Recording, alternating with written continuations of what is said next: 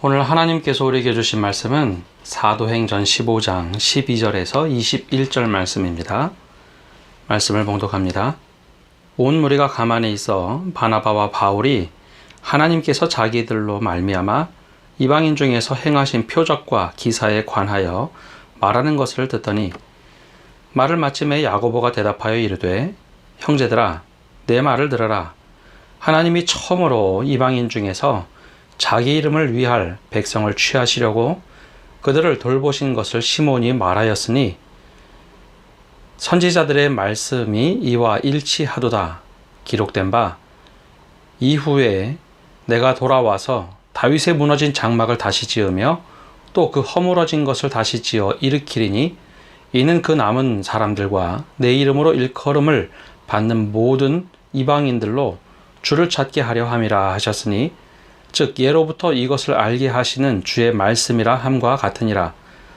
그러므로 내 의견에는 이방인 중에서 하나님께로 돌아오는 자들을 괴롭게 하지 말고 다만 우상의 더러운 것과 음행과 목매어 죽인 것과 피를 멀리하라고 편지하는 것이 옳으니 이는 예로부터 각 성에서 모세를 전하는 자가 있어 안식일마다 회당에서 그 글을 읽음이라 하더라. 아멘. 오늘 유튜브로 수요기도에 참여하는 모든 성도들 위해 하나님의 은혜와 평강이 함께하기를 간절히 소망합니다. 지난주에 이어 기독교와 유대교가 갈라지는 또 서로 다른 길을 걷게 되는 큰 분수령이 생긴 예루살렘 회의에 대하여 함께 말씀을 나누고 있습니다.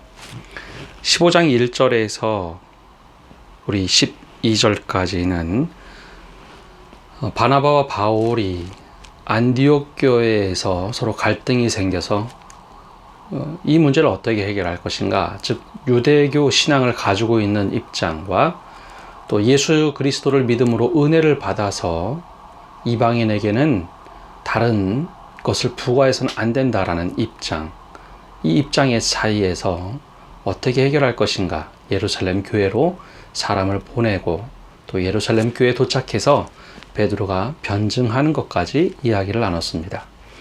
오늘 말씀은 그 이후에 이야기가 등장을 합니다. 13절에 이렇게 시작을 하죠. 말을 마침에 야고보가 대답하여 이르되 형제들아 내 말을 들으라. 첫 번째는 베드로가 먼저 변증을 했습니다. 변론을 했죠. 우리도 하지 못하는 것을 이방인들에게 멍에를 메어서는 안 된다라는 취지로 이야기했습니다. 성령이 우리에게 임한 것과 동일하게 이방인에게도 임했다라는 이야기를 했죠. 베드로가 이야기할 때 많은 사람들이 그 말에 공감을 했지만 또 반대 한편으로는 유대교 출신의 많은 바리새인들, 랍비들 출신들은 이 말 용납하기가 참 어려웠습니다.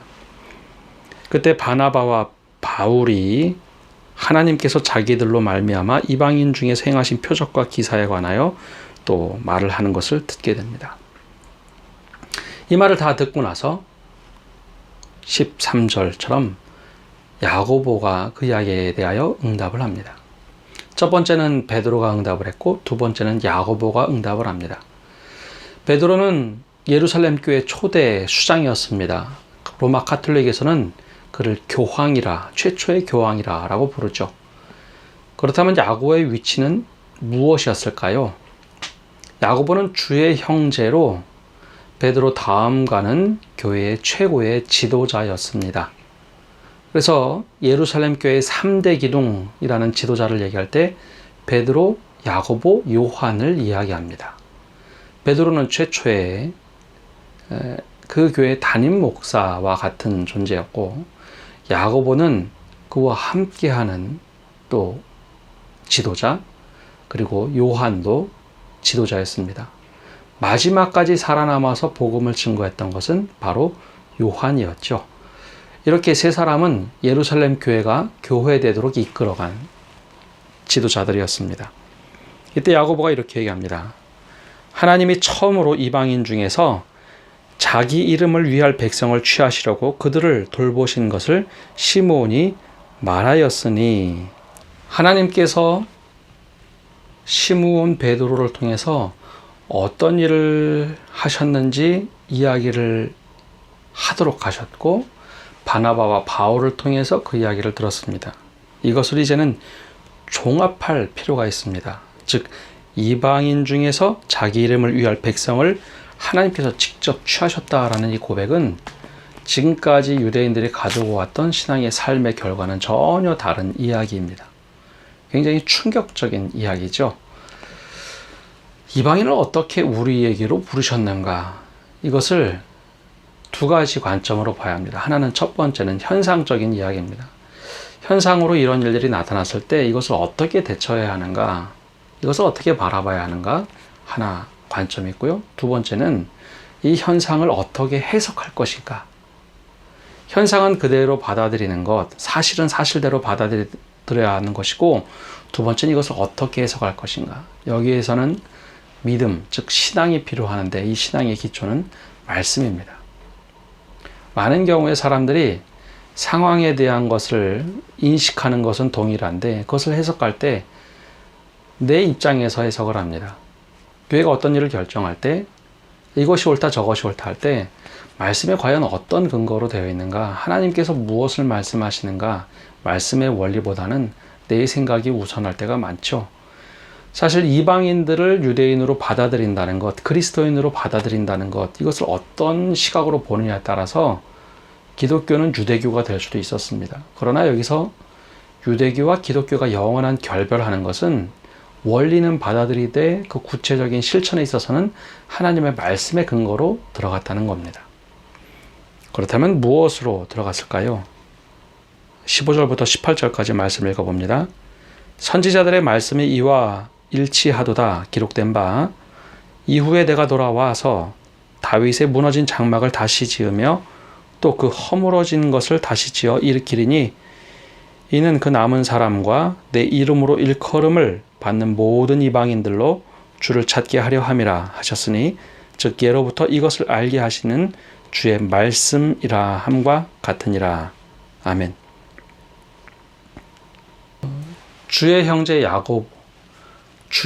야고보가 주목을 하고 말씀을 본 것은 아모스 9장 11절 12절의 말씀입니다. 16절에서 17절까지 말씀은 본인의 이야기가 아니라 아모스 선지자의 말씀을 전한 겁니다. 근데 이때 어떤 말씀을 인용하냐면 그리스어로 번역된 말씀을 증거합니다. 원래 구약 성경은 히브리어로 기록된 성경이죠. 그러나 디아스포라 유대인들을 위해서 유대의 랍비들이 헬라어로 번역한 것, 즉 그리스어로 번역한 그 70인역이라는 성경이 있습니다. 성경을 번역한다는 것이 조금 우리가 이해하기에 그냥 번역하면 되지라고 하지만 대체적으로 그 경전이라는 것은 잘 번역하지 않습니다. 그 의미가 달라질 수 있고 문화에 따라서 해석하는 것이 다르기 때문이죠. 무슨 이야기인가 하면 우리나라 문화에서 쓰여진 글을 영어로 번역할 때 느리끼리하다, 푸르스름하다, 이것을 영어로 번역하려면 굉장히 어렵습니다. 우리나라 문화에서 예를 들어서 100년 전 문화에서 화장실에 갔다 왔다라고 하면 화장실이라는 것은 집 밖에 있는 뒷간, 그 의미로 화장실에 갔다 왔다고 할 수 있으나 현대 개념에서 화장실 갔다 왔다 하면 우리 입장에서는 수세식 화장실 왔다 가는 것으로 이해를 하게 됩니다. 즉 시대가 바뀌고 단어가 바뀌고 언어가 바뀌면 거기에 담는 뜻이 바뀌게 되어 있습니다. 즉 히브리어 성경을 헬라어 성경으로 번역한 것, 그것은 70명의 학자들이 모여서 그럼 히브리의 언어로 되어 있는 이 성경을 헬라어, 그리스어로 바꿀 때 과연 어떤 의미를 담을 것인가, 이 단어에는 어떻게 표현할 것인가 하는 수많은 신학적인 개념들이 들어갑니다. 이때 이 70인역 성경을 인용했다는 것은 이제는 종말사상과 그리고 헬라인들이 읽을 수 있는 의미로 번역된 것, 그 성경으로 읽었다라는 것이죠. 이것이 왜 중요한가 하면 히브리 성경에 담지 못했던 수많은 의미들을 70인역에서는 담고 있습니다. 그래서 예수님께서 이 땅에 오셨을 때 사람들이 주로 읽었던 이 70인역의 성경, 그 성경은 예수님이 이 땅에 오실 수밖에 없다라는 수많은 표현들이 훨씬 더 강하게 나타납니다.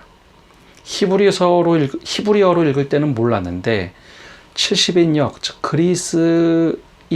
그리스어로 번역될 때는 훨씬 더 많은 풍성한 의미들을 담아서 이해할 수 있도록 번역이 되었다는 것이죠.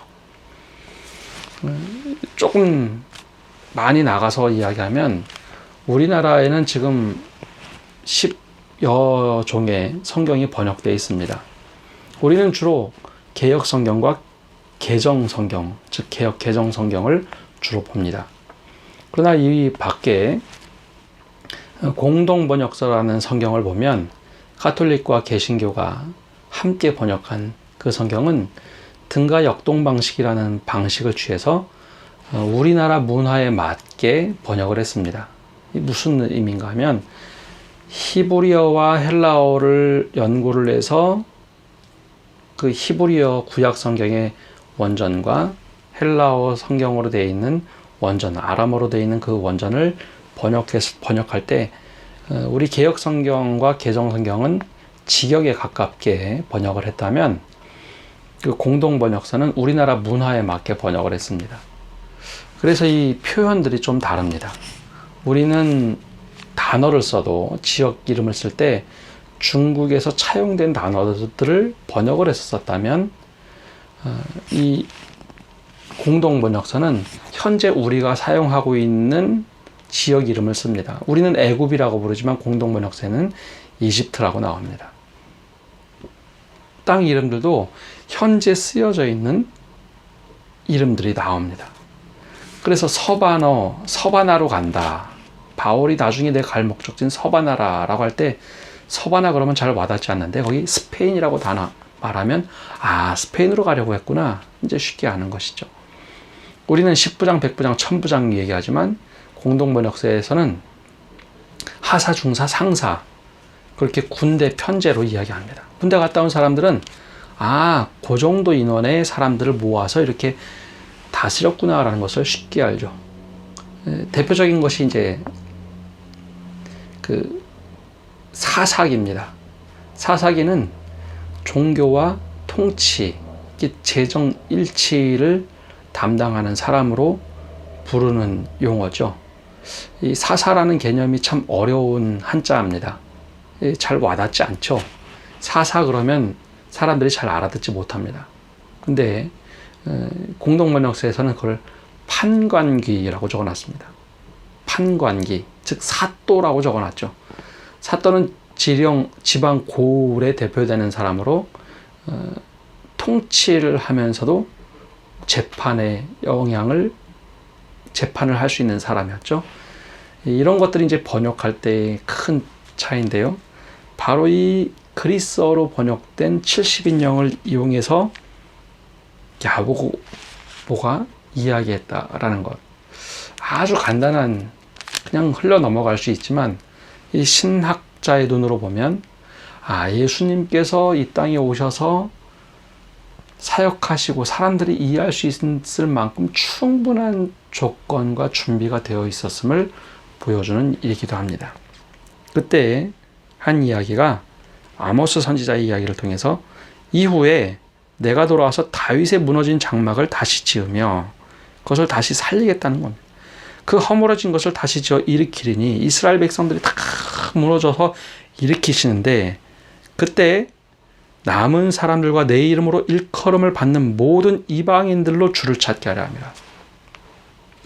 이스라엘 백성들도 몰랐던 겁니다. 남은 자들, 구약 성경에 보면 남은 자들을 통해서 이 다윗의 왕가를 재건한다고 했는데 그것만 이해를 했지 하나님께서 내 이름으로 일컬음을 받는 모든 이방인들로 주를 찾게 하려 하십니다. 이 말씀이 우리 안에 이루어진 것 아닌가라는 이야기를 말씀을 통해서 하고 있습니다. 그러기에 우리가 어떤 일을 결정하고 할 때 우리의 생각이 아니라 자꾸 말씀으로 돌아가야 된다는 것이 바로 여기 있습니다. 말씀으로 돌아간다는 것은 과거로 회귀하자는 이야기가 아닙니다. 잘못 오해하면 과거로 회귀하자라고 착각할 수 있는데 그것이 아니라 말씀의 원리대로 우리가 하자라는 겁니다. 그래서 여기에는 신학이라는 것이 필요합니다. 어떤 말씀을 어떻게 돌아갈 것인가? 말씀을 문화 같은 거 다 떼고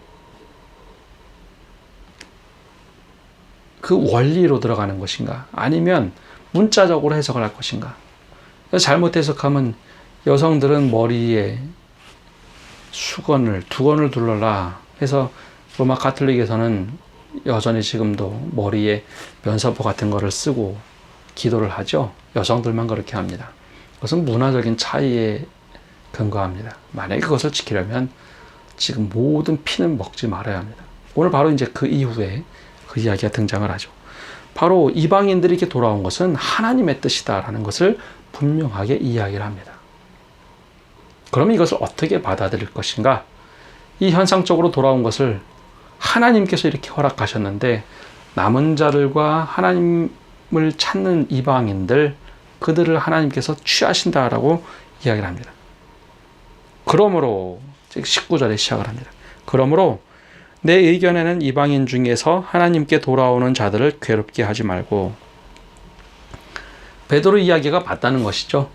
하나님께 돌아오는 사람들에게 멍해를 지우지 말자라고 이야기합니다. 그것이 맞다라는 겁니다. 그리고 조건을 납니다. 다만 우상의 더러운 것과 음행과 목매어 죽인 것과 피를 멀리 하라고 편지하는 것이 옳으니 이는 예로부터 각 성에서 모세를 전하는 자가 있어 안식일마다 회당에서 그글을 읽음이라 하더라. 베드로의 주장이 힘을 확 실어줬습니다. 참 지혜로운 결정이죠. 베드로가 초대교회의 수장이고 야고보가 그와 함께하는 지도자였는데 베드로가 맞다라고 이야기를 해줬습니다. 그러면 여기서 해결해야 될 문제가 있습니다. 베드로가 맞다고 하고 그냥 확 밀어붙이면 그 교회에 있던 유대인 그리스도인들은 너무 불편해지는 겁니다. 수천 년 동안 정결례를 지켜서 하나님께 예배한다. 즉 깨끗함을 통해서 예배하러 나가야 하는데 그 깨끗함, 정결례 혹은 거룩의 개념이 깨져버립니다. 그 유대인들이 예수를 믿으면서 다 뿔뿔이 흩어질 수 있고 튕겨나갈 수가 있죠. 그러면 이것을 어떻게 함께 살아갈 수 있는 방법을 취할 것인가? 칼례라는 율법을 지켜서 멍에를 짓게 하는 것은 아니지만 그러면 최소한의 장치를 만드는 것, 그럼 말씀에서 기본 원리 정결례라는 개념을 어떻게 둘 것인가 하는 네 가지 조건을 말한 것이 바로 우상에 더러운 것, 음행과 목매어 죽인 것, 피를 멀리하라고 한 것, 이 네 가지입니다. 원래 유대인들은 이방인들을 만나면 부정하게 된다고 생각을 했습니다. 부정하게 되는 것. 왜 부정한다고 생각했을까요? 거룩함이 왜 깨진다고 생각했을까요? 그것을 준수하는 첫 번째 식탁교제에서 가장 중요한 것 첫 번째가 이방인의 신들을 위한 제의적인 도축에서 생긴 고기를 금하는 것, 그리고 이교 문화적인 축제 의식에 참여하는 것을 금한다는 것이 우상의 더러운 것을 금한다는 겁니다. 예수 그리스도를 믿으면 이방 제의에 참여하고 음식을 먹고 하는 이것만큼은 금해야 된다라는 것을 이야기한 것이죠. 그래서 우상의 더러운 것이다 라고 했습니다. 이것은 후대에 다시 개념이 깨집니다. 우상에게 바쳐진 것, 이것을 어떻게 이해를 하는가, 좀 해석의 문제를 남겨놨죠. 그러나 분명한 것은 이 고린도전서 10장에서 이 개념에 대해서 아주 자세하게 풀어서 이야기합니다. 알고 먹느냐 모르고 먹느냐, 또 누군가 실족하게 할 것인가 아니면 나는 실족하지 않을 자유를 택할 것인가, 바로 우상의 더러운 것을 금지하고, 두 번째는 모세율법에 금지된 근친 상간의 혼인을 금하는 것, 이것을 음행으로 보았습니다. 음행한다는 것은 일부 일처제를 이야기하는 것뿐만 아니라 바로 모세율법에 금지된 근친상간의 이야기였습니다. 레위기 18장 6절에서 18절까지 나오는 것, 이것을 이방인들이 그리스도인이 된다 할지라도 이것만큼은 지켜야 된다. 하나님께서 만든 질서의 윤리를 깨뜨리면 안 된다라는 취지입니다. 세 번째는 모세의 율법의 규정에 따라 도살하지 않은 짐승에서 생기는 고기를 금하는 것. 즉 목매달아 죽인 고기는 피가 흘러나올 수 없어 몸속에 피가 고이게 되죠. 그래서 목매어 죽인 것은 먹지 말라라고 했습니다. 지금은 거의 문화가 사라졌지만 제가 초등학교 때 혹은 중고등학교 다닐 때 수련회를 가면 제가 있던 교회에서는 함께 초등부 수련회하고 중고등부 수련회하고 안수 집사님들 또 그 장소에 와서 수련회를 하곤 했습니다. 제 기억에 저희 중고등부 수련회가 마치고 중등부였던 것 같습니다. 중등부 수련회 마치고 집에 돌아가려고 짐을 싸는데 안수 집사님들 아침 일찍 오셨어요. 그곳에서 오후에 모임을 한다고 오셨죠. 근데 여학생들 몇 명이 못 볼 것을 보았습니다. 어떤 못 볼 것이냐면 개를 끌고 와서 나뭇가지에 개를 걸어 놓은 겁니다. 아마 보신탕을 하시려고 그렇게 해놨던 것 같습니다. 우리나라 옛 오랜 문화 중에 보신탕을 끓여 먹는 문화가 있었죠. 근데 그것을 그냥 잡는 것이 아니라 이러이러한 저런 이유로 개를 나무에 목매달아 죽이고 때리고 그래야 맛있다라는 이야기가 있었습니다. 그렇게 개를 잡았습니다. 이 말씀으로 보면 전혀 저촉되는 정말로 잘못된 말씀의 실천처럼 보여집니다. 따라서 이 당시 이것을 이야기한 것은 기즉 유대인의 입장에서 본 정결례에 해당되는 이야기입니다. 그래서 목매어 죽인 것은 먹지 말아라 라고 한 겁니다. 유대인들이 보기에는 이것을 용납할 수 없는 이야기였기 때문에 그렇습니다. 또 마지막에는 피를 먹는 것을 금한다. 이 규정들은 모두 레위기 17장 18장에 있는 예로부터 유대인의 땅에서 유대인들과 함께 살아가고자 하는 원했던 모든 비유대인들이 준수해야만 하는 법칙이었습니다. 규례였습니다. 그래서 유대인들의 입장에서 이것만큼은 금하는 것이 맞겠다. 그래야 유대인들과 이방인들과 함께 예배를 드릴 수 있겠다라는 최소한의 장치였습니다. 피를 먹지 말라라고 하는 것, 지금 우리 땅에서 우리에게 적용하자면 못 먹는 음식들이 이제 많아집니다. 첫 번째, 선짓국을 전혀 드시면 안 되고요. 또 하나는 순대 중에 피가 들어간 순대를 먹으면 안 됩니다. 근본주의를 추구하는 그리스도인들 중에는 이거 먹으면 안 된다라고 가르치는 분들도 있습니다. 중고등부 수련회 가서 이걸 가르쳐서 다시 한번 수정할 수 있는 이야기를 해준 적이 있는데요. 이것은 유대인들이 이방인들을 받아들이기 위한 최소한의 율법적 장치였습니다. 이 근본 취지는 이방인들이 그리스도인이 되기 위하여 행동을 바꿔야지만, 그들의 모습을 바꿔야지만 은혜를 받을 수 있다라는 것을 거절한 결정이었습니다.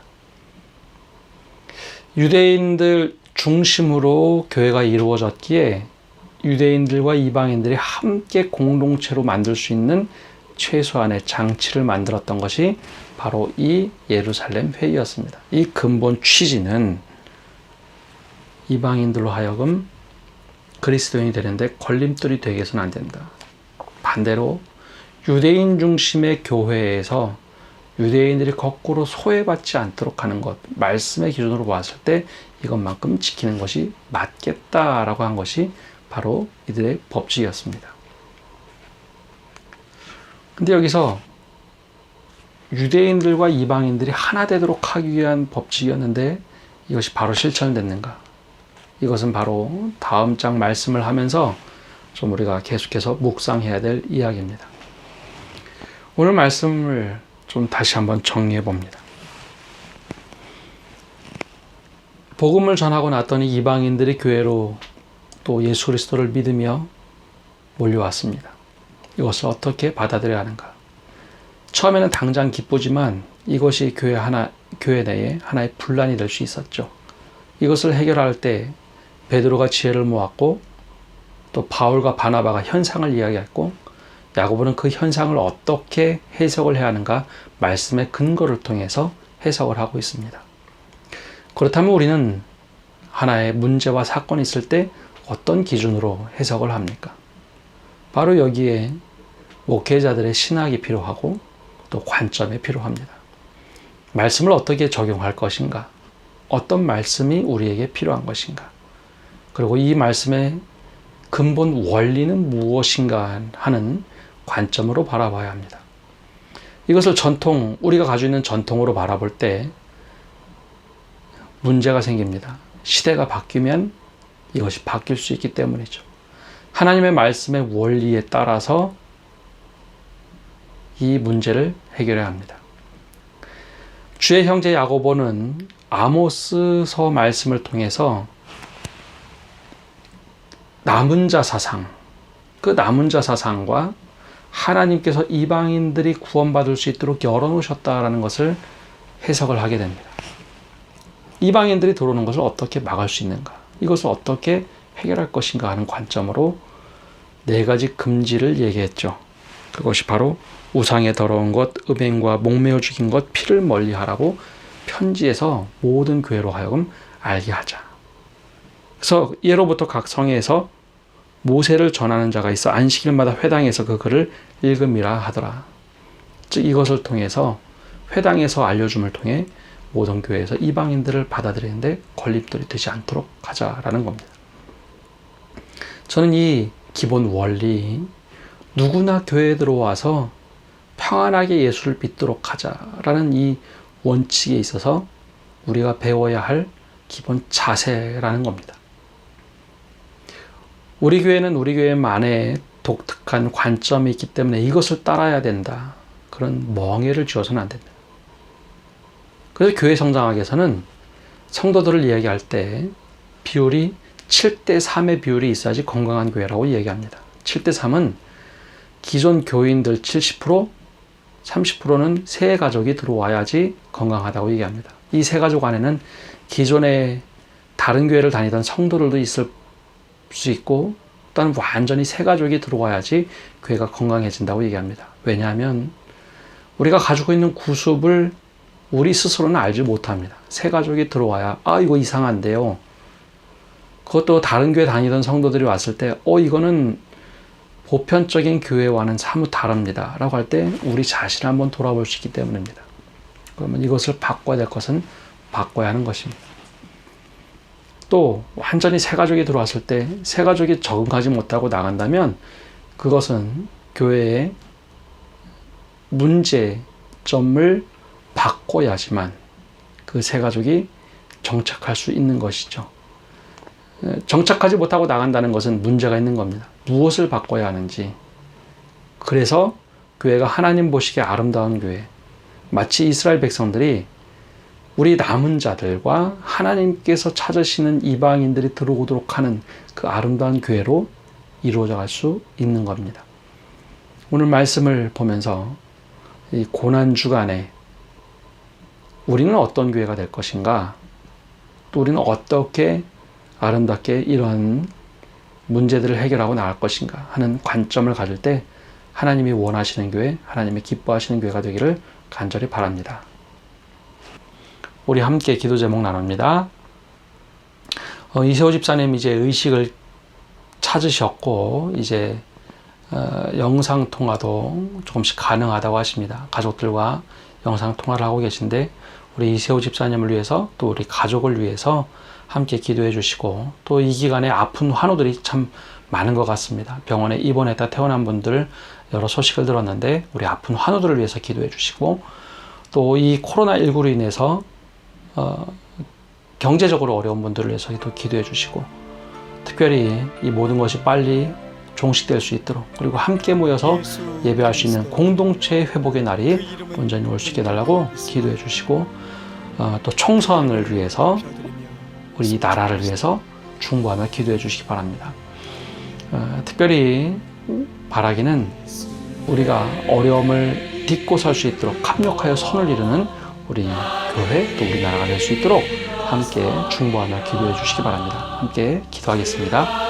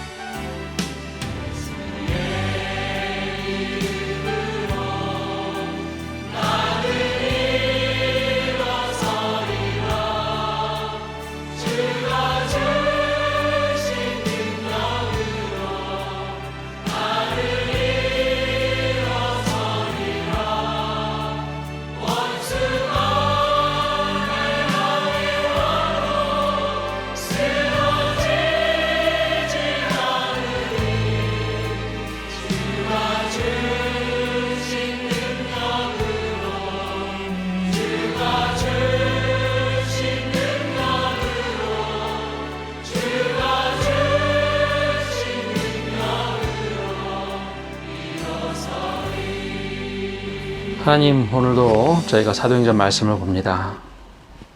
이방인들이 들어오는 모습 속에 교회가 서로 갈등이 있었고 다툼이 있었습니다. 그러나 이것을 베드로와 주의 형제 야고보가 지혜롭게 해결하며 길을 제시할 때 온 교회가 합력하여 선을 이루는 것을 보게 됩니다. 유대인들 중심의 교회에서 이방인들도 함께 다닐 수 있는 교회로 열어져가는 이 사건 속에 교회가 하나가 되는 모습 보여주심에 감사드립니다. 그래, 지금 우리가 이렇게 예수를 믿고 함께 교회를 이루어가고 있습니다. 주님의 몸된 교회가 하나가 될 수 있도록 우리가 합력하여 힘을 모으게 하여 주시고 늘 주님 은혜 가운데 거하게 하여 주옵소서. 그래, 우리 교회가 어제보다는 오늘이 더 건강하고 오늘보다 내일이 건강하고 새 가족들이 와서 우리의 단점을 보게 하여 주시고 그것이 불편한 것이 아니라 우리가 극복해야 하고 더 나아가야 될 방향이라는 것을 깨닫게 하여 주옵소서. 우리끼리만이 아니라 하나님께서 원하시는 하나님의 교회, 그리스도의 몸된 교회, 성령이 전인 교회, 하나님의 백성으로 이루어진 교회가 될 수 있도록 주님 우리를 인도하여 주옵소서. 주님께서 늘 함께 하심을 믿으며 이 모든 말씀 예수님의 이름으로 기도합니다. 아멘.